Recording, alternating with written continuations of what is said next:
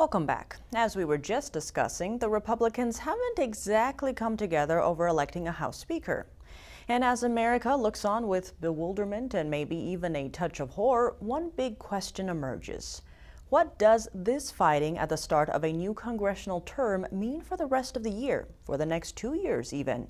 And why are Republicans fighting? Is there a bigger issue at play here? Joining us to give us his analysis of the situation is Mike Davis.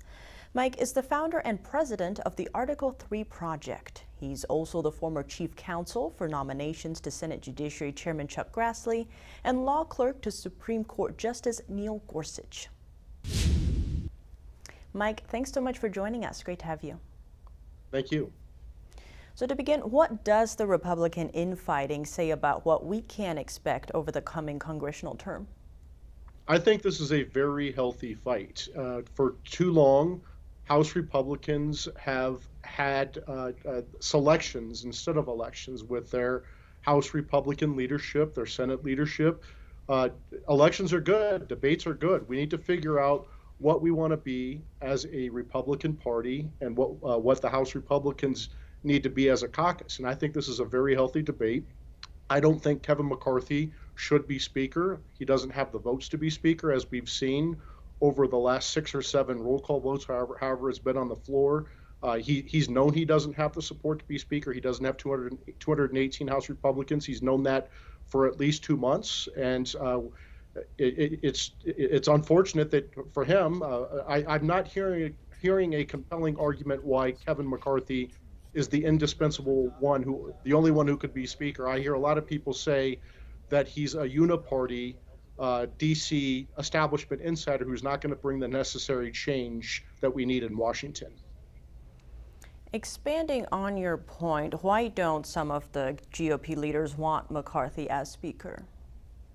Well, I don't know if it's the leaders. I think it's the rank and file. I think it's the conservative, grassroots, populist conservatives out there in the real world, real Americans in the real world.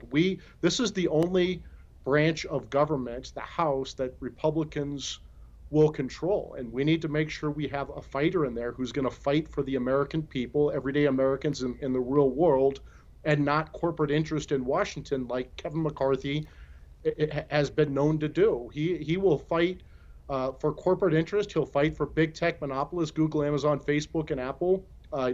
When big tech was censoring, silencing, deplatforming, and canceling conservatives, including President Trump, Kevin McCarthy was taking their money and doing their bidding. We can't have that anymore. He needs to go.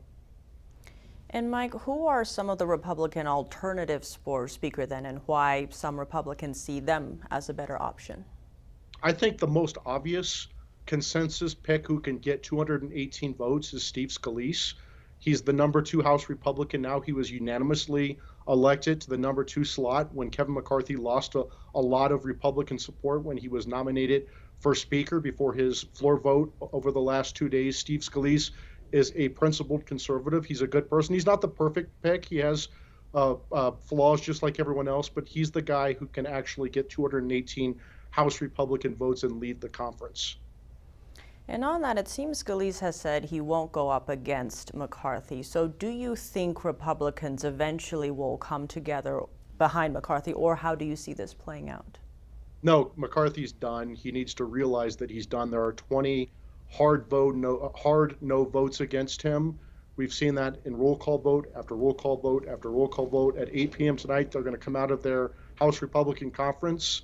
Kevin McCarthy made several mistakes. He didn't woo enough detractors. He didn't listen to them. He ignored them. He was arrogant. He tried to just run them over, and it's backfiring. He literally moved into the Speaker's office before he secured the votes to be Speaker. He's just played this race as badly as you can play it. And Mike, what do you make of Republicans like Representative Gates saying they'd be okay with a Democratic Speaker like Rep. Jeffries? That's absolutely not true. That is Kevin McCarthy and his paid AstroTurf supporters putting out this wrong information. That's absolutely not true. There is no chance that a Democrat will become Speaker. That is a scare tactic by Kevin McCarthy to get people to cave and vote for him. He's the most uninspiring speaker we've ever seen for Republican, or speaker candidate we've ever seen for Republicans in a long time, and that's why he doesn't have to support, just like he didn't have to support, I think it was back in 2014 when he ran for speaker. And Mike, what do you think the public is making of all of this in-party fighting? What's their take? I don't think the American people really care that much one way or the other. I know inside DC, this is like the most consequential thing that's ever happened to them. I think it's amazing that DC establishment Republicans did nothing about COVID for 3 years, let COVIDians rule our lives for 3 years, BLM and Antifa destroy our cities, gender chaos in schools, mutilating kids with gender-affirming care. These establishment Republicans didn't show any concern about that, but all of a sudden, they want to pull fire alarms because we can't elect a speaker in 2 days. Who cares? No one cares. We'll have a speaker. It will be Speaker Scalise, and House Republicans will be better for it. And Mike, what's your take on how this might impact 2024? I think if we elect Kevin McCarthy as our speaker, he's going to be a uniparty establishment speaker who will not draw a sharp enough contrast with Democrats like he didn't do last time. This is why he's going to lose the speakership. He didn't win enough House seats. We lost Senate seats. The election was bad in 2022 because Republicans were not bold. They didn't draw a sharp contrast with Biden and Democrats, and that's why we need a new speaker. That's why Kevin McCarthy, who failed in 2022, cannot be the speaker going into 2024. And Mike, just really quickly at the end, what's the biggest pros and cons of this debate? I think the biggest pro of this debate is that DC insiders, lobbyists, the establishment don't get to pick who wins these elections. There's actual elections in this country. This is what they do with the spending bills. They wait till the very last minute. They negotiate these spending bills in smoke-filled rooms behind closed doors.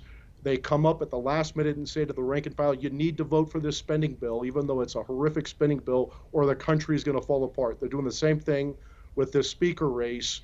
This is a good way for the rank and file Republicans in the House to take back control of the House. Instead of DC lobbyists running it, the rank and file Republicans who are accountable to their constituents back home are running it like the founders intended. Mike, thank you so much for joining us. Thank you very much.